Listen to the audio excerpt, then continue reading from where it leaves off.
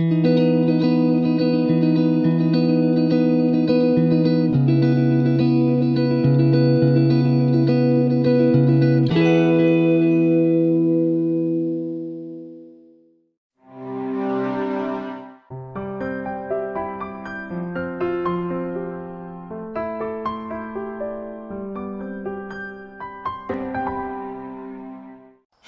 beautiful creatures of the world, and welcome back to Coffee with Kerri-Lynn. It is a rainy day here in the far north of Maine. It rained all night, and I think we have a break in the rain as we sit underneath the meditation and wellness tent in my backyard secret garden up along the Canadian border in the crown of Maine. I hope everyone is having a nice, warm, sunny summer day wherever you may be. I hope you're having a day filled with fabulosity and good coffee, because everybody deserves good coffee throughout the day.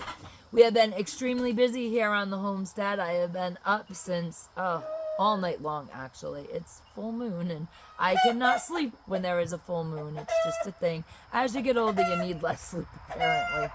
We have been super busy on the homestead.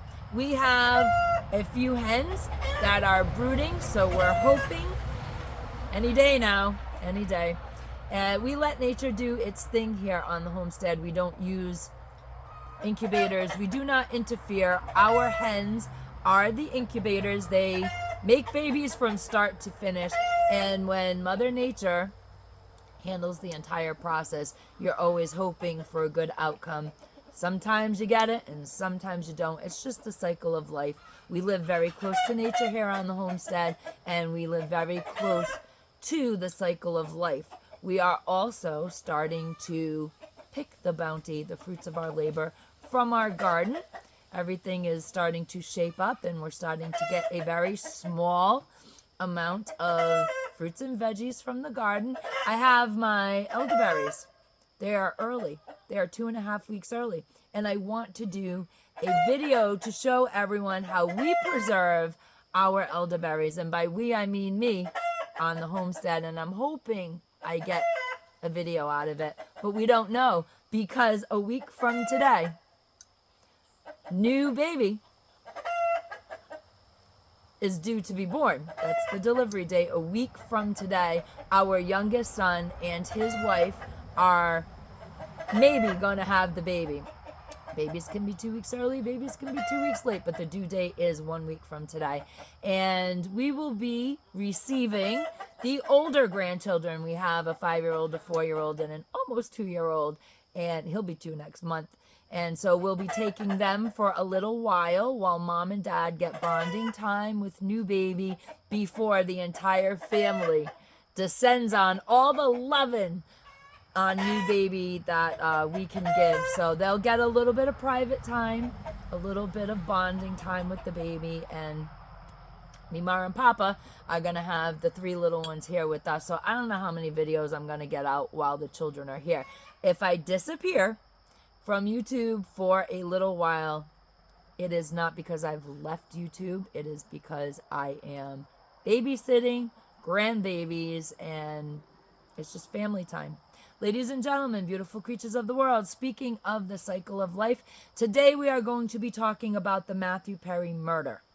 It has gone from an accidental drowning, overdose of ketamine, to a murder just recently. Matthew Perry passed away on October 28th, 2023, in his hot tub after taking ketamine. Drugs are a horrible addiction. Drugs and alcohol. Addictions are absolutely terrible, not only for the person that has the addiction, but for their extended family, for the moms, for the dads, for the brothers, for the sisters, for the aunties, for the uncles, for the close cousins. You have to watch your addicted loved one turn into a person that you don't even recognize. Many times people in their throes of addiction, they disappear from your life because they don't want you to see what the addiction does to them. It's just brutal. It's just not brutal on the addict themselves. It is brutal on everybody that loves them. And the only person that can go into recovery to become clean and sober is the addict, and the addict does it in the addict's time. You cannot force a person who is not ready to get clean and sober into sobriety. And that is one of the hardest concepts for those that love the addict to understand. All your love is not going to love them out of their addiction. All your kindness is not going to bring them out of their addiction. And sometimes tough love is the only thing that works. Ladies and gentlemen, Matthew Perry was very open about his drug and alcohol addiction throughout his entire career. And when Matthew Perry was sober, he worked very hard to get his story out and help people with addiction going through the addiction sobriety process. And he did a lot of good things in his lifetime, and he had a lot of ups and downs, slips and slides with his addiction. Matthew Perry was supposedly reported that he was sober for 2 years prior to his death. And that is a very, very sad piece of information. However, it is very, very common that addicts do get sober for a period of years, and then whatever it is triggers them back into addiction. And it is an up and down roller coaster ride, like I said, not only for the addict but for everybody who loves the addict. Ladies and gentlemen, I am going to introduce you to the 5 people that have now been charged with Matthew Perry's murder.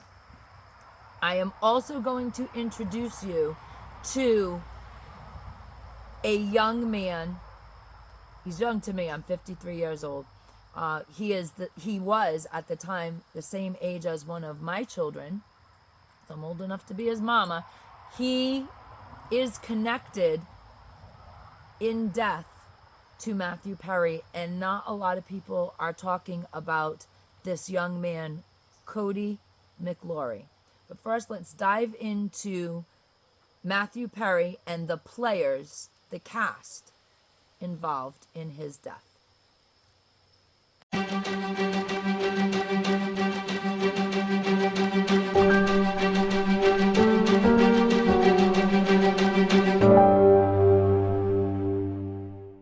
Now, let's officially meet the cast of players in this absolute tragedy. First up, we have the woman dubbed as the Ketamine Queen by the U.S. Attorney's Office, Yasveen Sanja. She is the alleged drug dealer, and she will also appear later on in this video.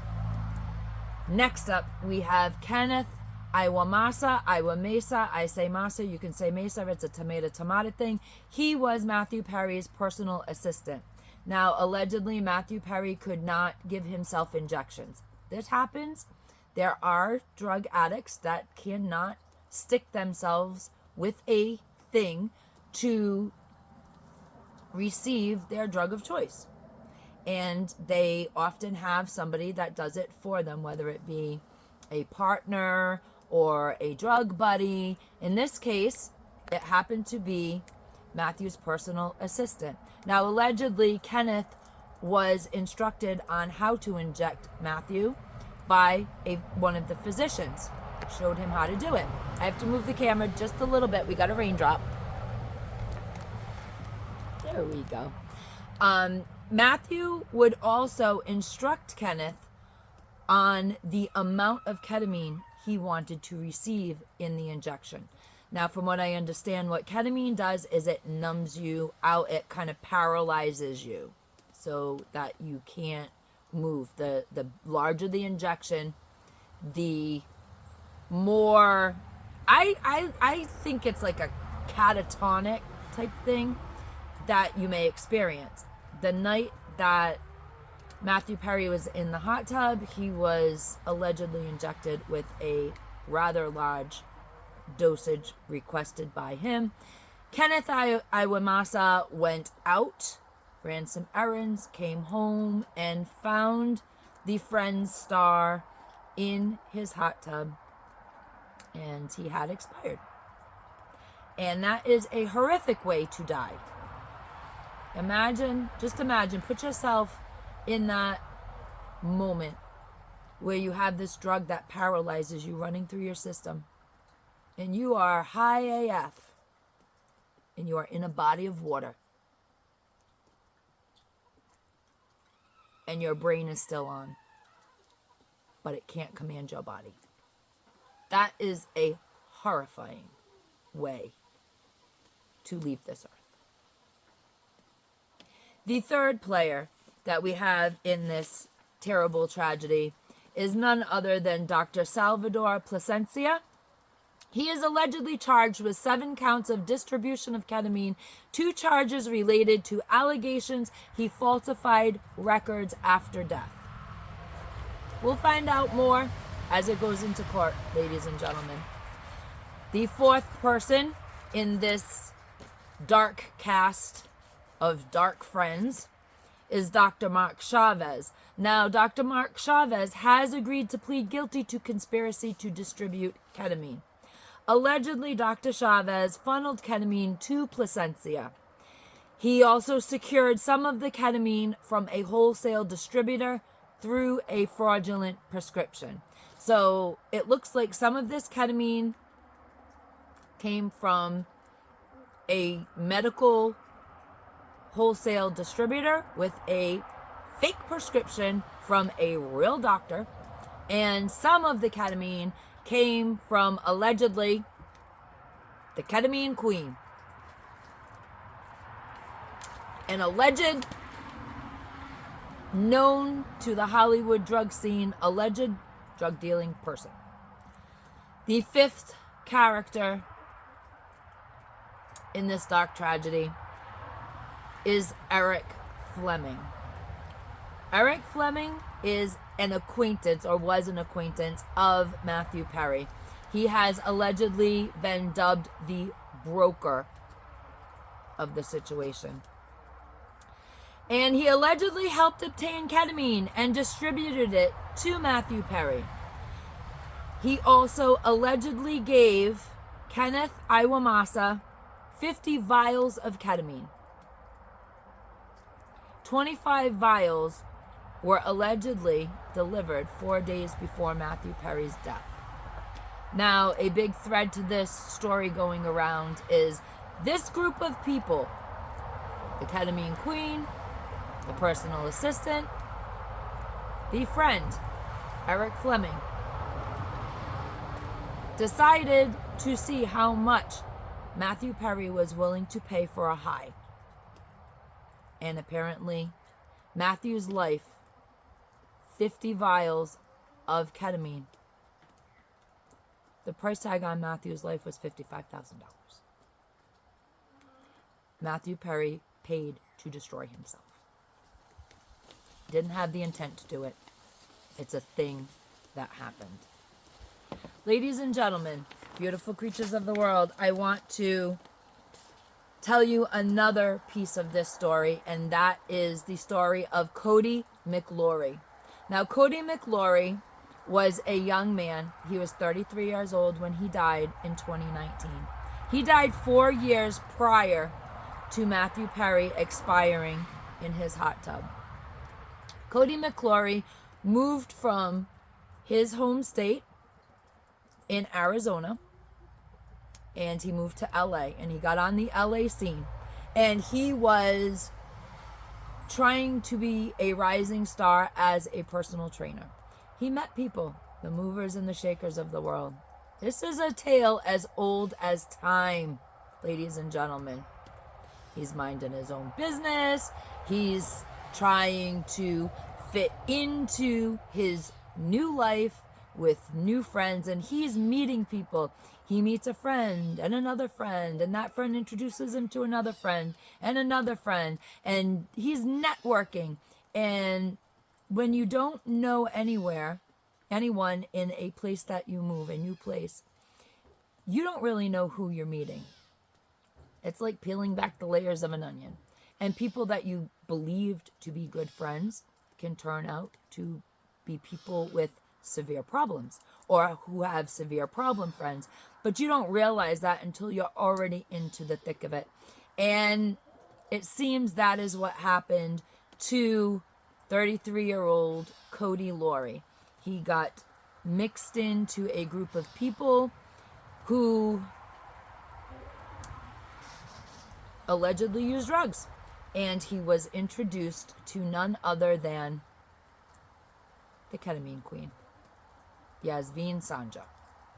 We know this because after Cody passed away at the young age of 33, and his death was determined to be from an overdose of ketamine, Cody's sister, Kimberly McLaury, got possession of Cody's cell phone. And on Cody's cell phone were messages between him and the ketamine queen, his alleged dealer. What Kimberly did was text the ketamine queen and tell her that Cody died because of a ketamine overdose, and that she basically knew Yasmin was Cody's dealer.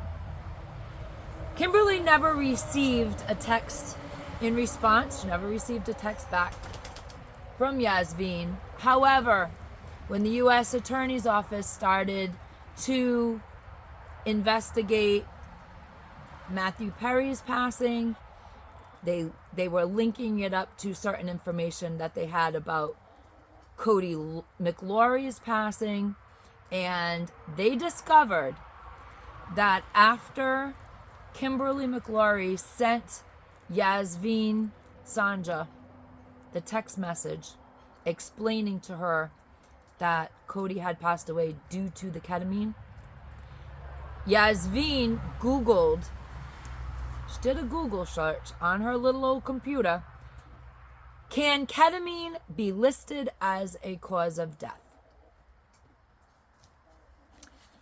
This one little Google, as court documents have shown, has linked Yasmin Sanja to 2 people who have perished after using the alleged product that she peddles. Ladies and gentlemen, beautiful creatures of the world, drug addiction is a serious problem in the United States. And while I'd like to say that every case of drug poisoning, every time a dealer kills an addict, it is prosecuted. It is not. There are tiers in the world that we live in. Matthew Perry had star power. People fought like hell to get eyes on Matthew Perry's case. Cody McLaury, he was just a person who was trying to make a good living, who left his home, moved out to the land of the stars in hopes to have a bright future. And his family also pushed and prodded for an investigation in his death. And it didn't happen until 4 years later. We live in a 2-tier system in many, many ways. The celebrity and the regular person. And I would love to see the day when every single drug dealer is prosecuted for all the deaths that are caused by their friggin' product. Ladies and gentlemen, beautiful creatures of the world, addiction is hard. It's hard on the addict. It is hard on the family. It is hard on the addict's children. It is a disease that I would love to see just disappear from the face of the earth. I would like to see fairness in the legal system for dealers. I would like them all prosecuted. I'd like them all locked up. Throw away the key for every person that they have murdered. I am glad that Matthew Perry's star power could expose what happened, because it gives closure to a family like yours and mine, who knew damn well who sold their loved one, their brother, their son, their uncle, their cousin, the drug that took his life as well. Ladies and gentlemen, beautiful creatures of the world, live from your heart. Love on all the people around you today and let them love on you back. And as always, Carpe Diem, because no one promised you a tomorrow.